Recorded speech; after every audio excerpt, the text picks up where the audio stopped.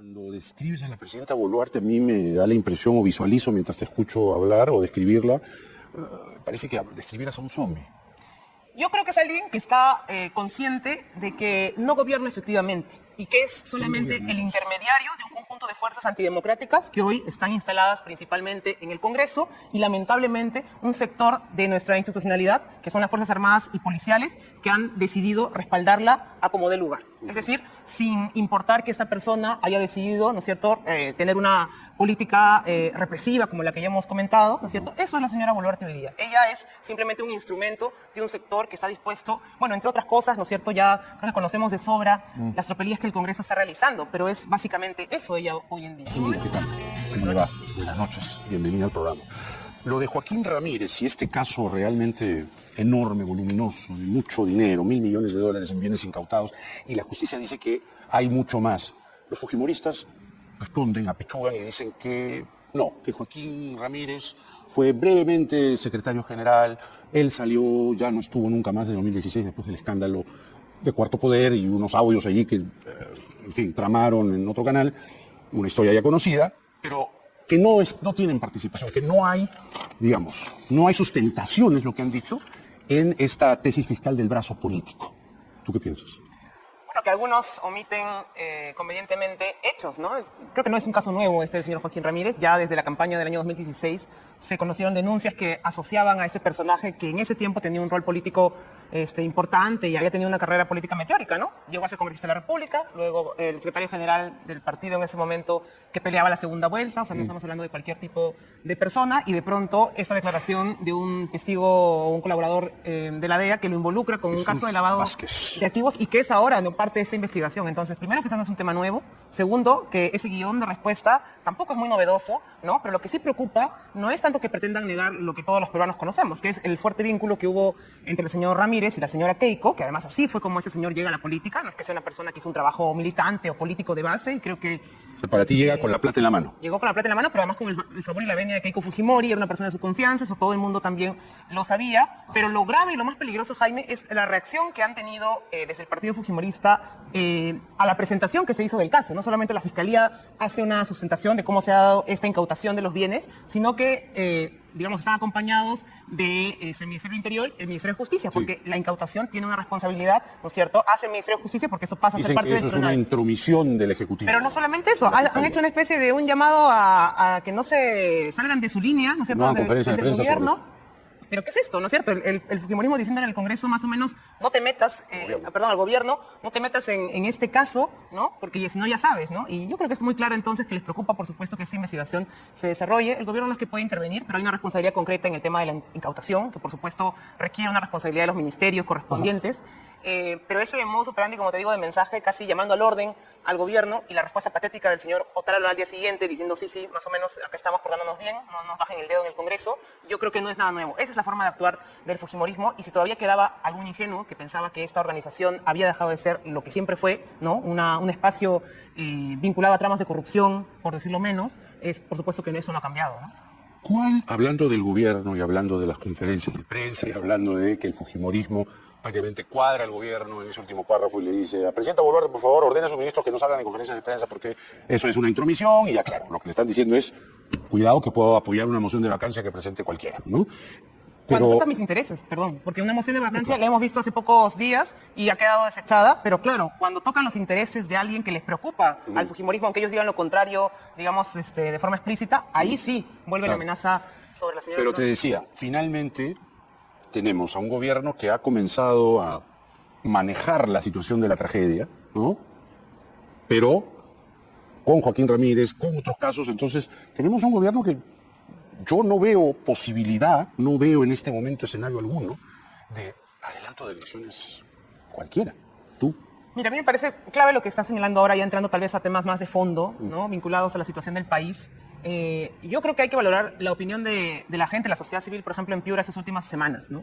la forma desastrosa en la que el gobierno ha encarado las primeras semanas del desastre climático, yo creo que no se puede obviar. Y sí es cierto que algo de todas maneras debe exigírsele a este gobierno, ¿no? Por más que tengamos una posición de rechazo total a las acciones que han tenido los ministros de la señora Boluarte y ella misma en la represión de los primeros meses del año, lo cierto es que tienen una responsabilidad. Pero yo no siento, como tú al menos, que estén asumiendo con seriedad esa responsabilidad. Yo no uso la palabra seriedad. Lamentablemente creo que en todo caso no han dejado el marasmo de las primeras semanas y han tenido reacciones, la verdad, lamentables. Para empezar, ¿no? Ya hemos visto la señora ministra de Vivienda, lo patético y vergonzoso que ha sido su comportamiento, ¿no? En el norte, en Piura, gritándole a la gente, justificando además su inacción y yo creo que ni siquiera con argumentos, ¿no? Con respuestas ya repetidas, que no hay presupuesto, culpando, en fin, a gestiones anteriores, cuando en realidad los momentos de emergencia tal vez no necesariamente resuelven el problema de fondo, porque hay un problema de fondo que sí, son responsabilidades que vienen de anteriores gobiernos, pero los momentos de emergencia sirven por lo menos para garantizar una respuesta rápida, ¿no? En términos de atención del desastre. Eso tampoco se ha hecho y bueno, hoy día la percepción de un sector importante de peruanos, hay una encuesta que había circulado, el 82% de peruanos tienen la sensación que la señora Boluarte no lidera para nada, ni le interesa liderar la respuesta a la emergencia climática en el norte del país. O sea, 82% de peruanos piensan que la señora Boluarte no le interesa realmente. ¿Tú estás en ese 82%? Yo, por supuesto que sí. Creo que no le interesa. No le interesa la tragedia del norte. Y no solamente creo que es una percepción, Jaime, creo que hay razones que llevan a tener esa conclusión. Por ejemplo, ¿no? Salen los ministros del gabinete de la señora Boluarte decir no hay plata, pero lo primero que sí hacen es garantizar que al Congreso se le apruebe, ¿no es cierto?, un incremento presupuestal de 58 millones de soles. Es justificado que al Congreso se le aumente el presupuesto, mientras en el norte ellos dicen que no hay dinero para comprar motobombas, no hay dinero para comprar alimentos, no hay dinero para llevar... La motobomba que no funcionaba porque no había aceite. Jaime, entonces no es una percepción solamente, es una realidad, lamentablemente, que a la señora Boluarte no le interesa poner seguramente los pocos o muchos recursos del Estado al servicio de la tragedia. No les interesa. Han preferido, ¿no es cierto?, usar a la Policía Nacional, al Ejército Peruano para reprimir y matar gente antes que movilizar, como lo hicieron rápidamente, hasta mandando al ejército a Ilave, ¿no es cierto?, que es una provincia donde creo que no hay nada que afecte la tranquilidad.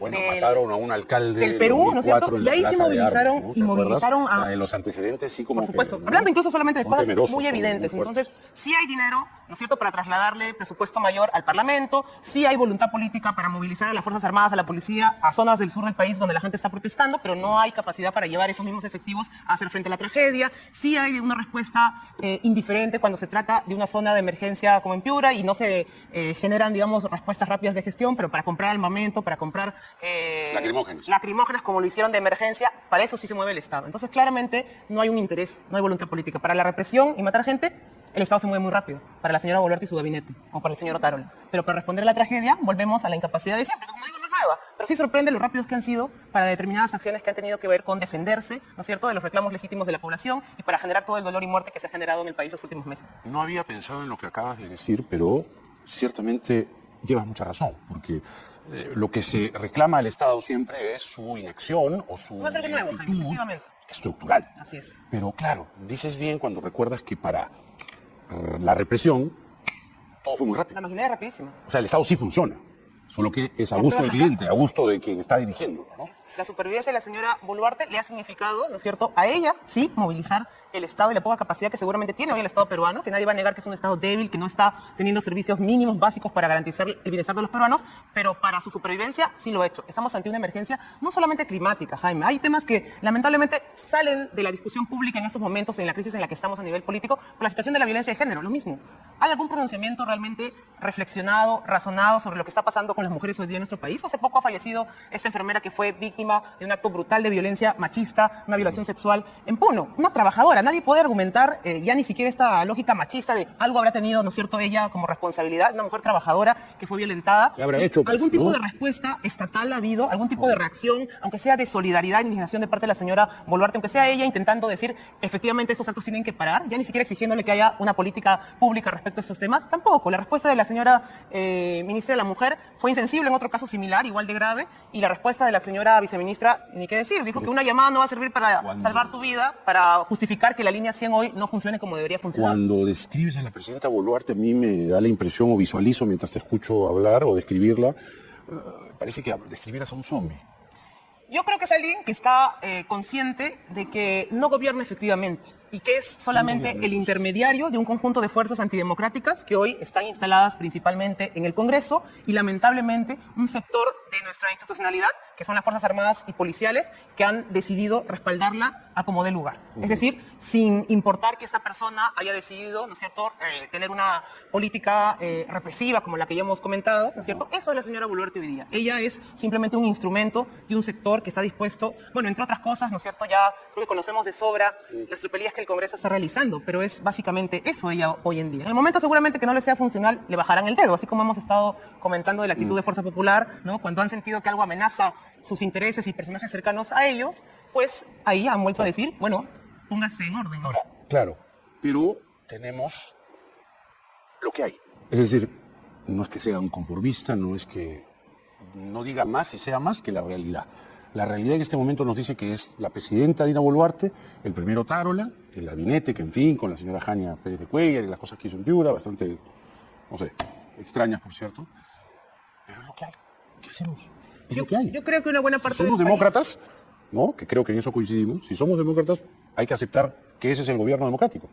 A ver, Jaime, yo creo que sí, efectivamente, cuando somos demócratas... Nominal, legalmente, ya. Cuando somos demócratas hay que respetar que los ciudadanos tengamos la capacidad de expresarnos libremente. También. Hoy día, Jaime, hay un sector altísimo de ciudadanos, primero que rechaza a este Parlamento, ¿no? Ya por las innumerables situaciones que yo creo que no estaría de más que revisemos también cuál es la agenda parlamentaria para los siguientes meses, ¿no? Porque no estamos hablando de temas menores. Pero volvamos al asunto este. Hay un conjunto de ciudadanos que rechaza el Parlamento y hay también un sector altísimo de peruanos que rechaza a la señora Boluarte. Decirlo, ¿no es cierto?, y actuar en consonancia a ese rechazo no es no respetar la democracia. Al contrario, es poder expresar libremente esa posición y esa crítica a lo que se considera hoy no solamente un gobierno ineficaz, como seguramente han sido tantos otros, no solamente un mal gobierno, sino un gobierno que está tejiendo muchas dinámicas antidemocráticas, que está, yo sí creo, en proceso de consolidar un gobierno dictatorial, ¿no? Un gobierno que está dispuesto, por ejemplo, con alianza de Congreso. ¿Que se queden después del 26? Yo no sé si se queden después del 26, pero por supuesto que preocupa, Jaime, que la agenda del Congreso hoy en día, ¿no es cierto?, que por eso prefieren mantener a la señora Boluarte mientras tanto, sea amenazar las instituciones electorales, ¿no? Ya lo han dicho, ¿no? Quieren bajarse a los integrantes del Programa Nacional de Elecciones, el presidente la Defensoría del Pueblo. Ayer se ha dado nuevamente una audiencia de esa comisión especial para la elección del defensor del pueblo.